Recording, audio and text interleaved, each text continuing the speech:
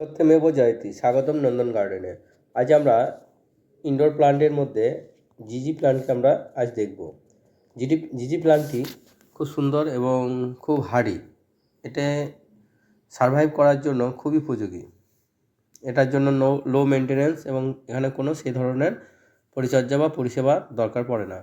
জিজি প্লান্ট দুই ধরনের হয়, একটা হচ্ছে কালো পাতার, যেটা ব্ল্যাক জিজি বলে, আর একটা সাধারণভাবে যেটা আপনার সবুজ রঙের পাতা হয় সেটি। আমরা এখানে গাছটি রেখেছিলাম, আমাকে একটি বন্ধু দিয়েছে গাছটি। হ্যাঁ, গাছটি আলুর মতোর গোড়াতে স্কন্দমূল হয়। এই স্কন্দমূলটি আবার প্রোপোগেশন করলে বৃদ্ধি হয় এবং সেখান থেকে আপনি নতুন চারা করতে পারবেন। বিষয়টি হলো, এটা আমি রেখেছিলাম এবং সেখানে আমি বেশি কেয়ার বা যত্ন করিনি এবং সের জন্য গাছটি একটা কাণ্ড কিন্তু আমার শুকিয়ে গেছে এবং সেটা দেখব কী কারণে হয়েছে। এটা দুটো কারণে হতে পারে। একটা কারণ হচ্ছে হয়তো জল বেশি না দেওয়ার কারণে, আর একটা কারণ হতে পারে কোনো ফাঙ্গাল বা ছত্রাক ঘটিত কারণে হয়তো অ্যাটাক হয়েছে। দেখা যাক ভেতরে কী আছে, আমরা আজ দেখব ভেতরে জিজি প্ল্যান্টে। দেখুন, আমি এটাকে খুব সহজে বার করছি, যদিও এক হাতে ক্যামেরা ধরে ভিডিওটা করতে একটু অসুবিধা হচ্ছে, তবেও দেখুন একটু কষ্ট করে। বিষয়টি হচ্ছে, ভিতরে কিন্তু কিছু কুমড়ো পোকার বাসা বেঁধেছিল, সেটা ভালো দেখা যাচ্ছে না যদিও, তবুও দেখতে পাবেন যে চেষ্টা করলে যে কী হয়েছে। দেখুন, এর আলুর মতো যে একটা স্কন্দমূল আছে, সেইটি কিন্তু আপনার এই জিজি প্ল্যান্টটিকে খাবার বা তার সমস্ত কিছু প্রদান করে। এই কাণ্ডটি কিছু শিকড় আছে যেগুলো দেখুন পচে গেছে। এর মধ্যে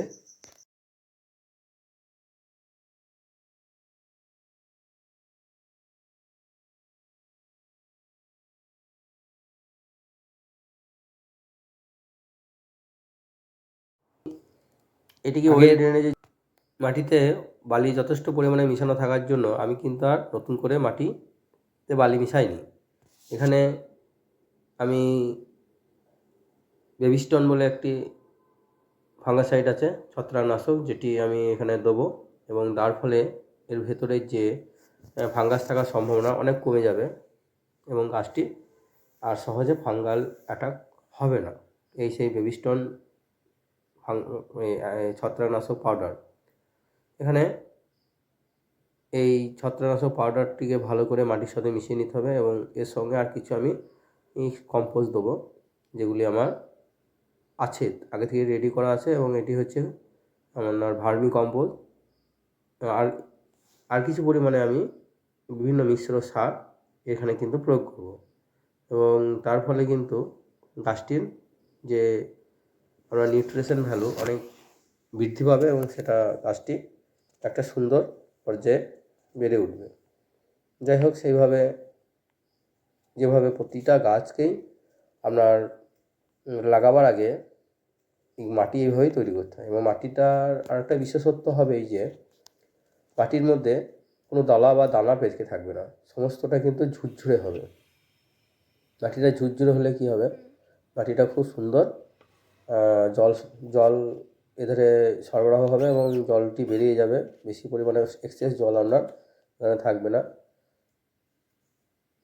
জল নিকাশির ব্যবস্থাটা কিন্তু আপনাকে সেইভাবে করে তুলতে হবে। দেখুন, যে ছিদ্রগুলি আছে ছোটো ছোটো টবের মধ্যে, সেগুলিকে ছোটো ছোটো ইটের টুকরো দিয়ে সেগুলিতে যাতে ঠিকঠাক বন্ধ হয়। তার কারণ হচ্ছে, ওগুলো বন্ধ না হলে জল যখন দেবেন তার সঙ্গে কিন্তু মাটিও বেরিয়ে চলে যাবে বা আপনি যে ফার্টিলাইজারগুলো আছে সেগুলো কিন্তু ওর সঙ্গে চলে যাবে। সেটা বন্ধ করার জন্য কিন্তু এই ইটের টুকরোগুলো দেওয়া, এবং জল যাতে সহজে বেরিয়ে যেতে পারে।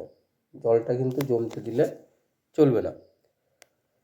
গাছ কথা বলবে তার স্বাস্থ্য বা সুস্থতার মধ্যে দিয়ে।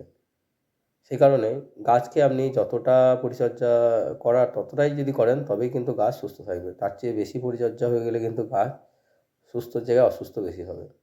এখানে মাটিটা দেখুন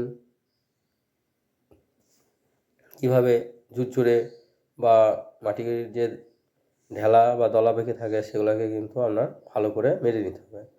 যত বেশি মারতে পারবেন তত কিন্তু মাটির মধ্যে গুণমানতা তার বাড়বে এবং তার ফলে গাছের সেই উপকার কিন্তু আপনি পাবেন। গাছের যেমন বেশি খাবার মানুষ বা সমস্ত পক্ষের ক্ষতিকারক, গাছদেরও কিন্তু তাই খাবার আপনাকে গাছকে মেপে দিতে হবে এবং পরিচর্যা ঠিক যতটা দরকার ততটাই করতে হবে।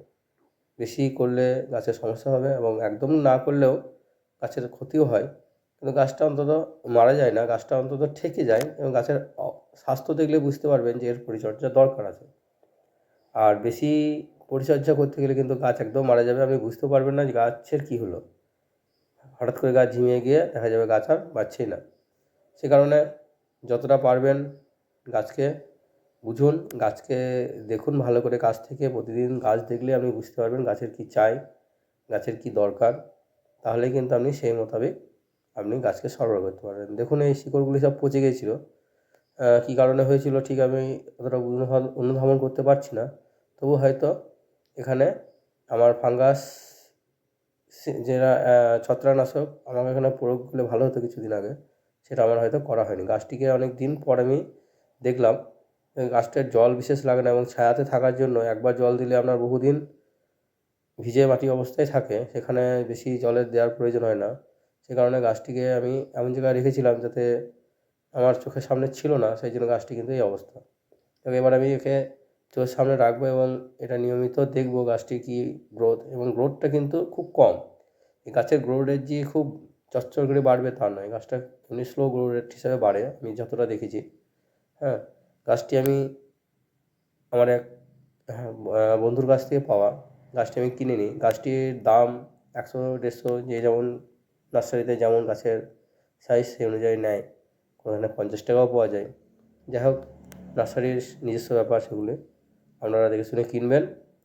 আর গাছটিতে রাখলে গাছটি খুব সুন্দর বৃদ্ধি দেয় এবং গাছটির মধ্যে যে এয়ার পিউরিফায়ার ব্যবস্থা আছে সেটা কিন্তু আপনার স্বাস্থ্যের পক্ষে খুব ভালো। তাই গাছটিকে আপনি করতে পারেন বাড়ির মধ্যে এবং বেশি মেনটেন্যান্সের দরকার হয় না, তার জন্য কিন্তু আপনার গাছটি আপনি সহজে করতে পারেন। ওই দুটো হচ্ছে আমার একটি অ্যাডিনিয়ামের কাটিং, দেখা যাক কেমন হয় এবং গাছটি কেমন থাকে সেটাও আমি পরের ভিডিওতে আপডেট দেবো।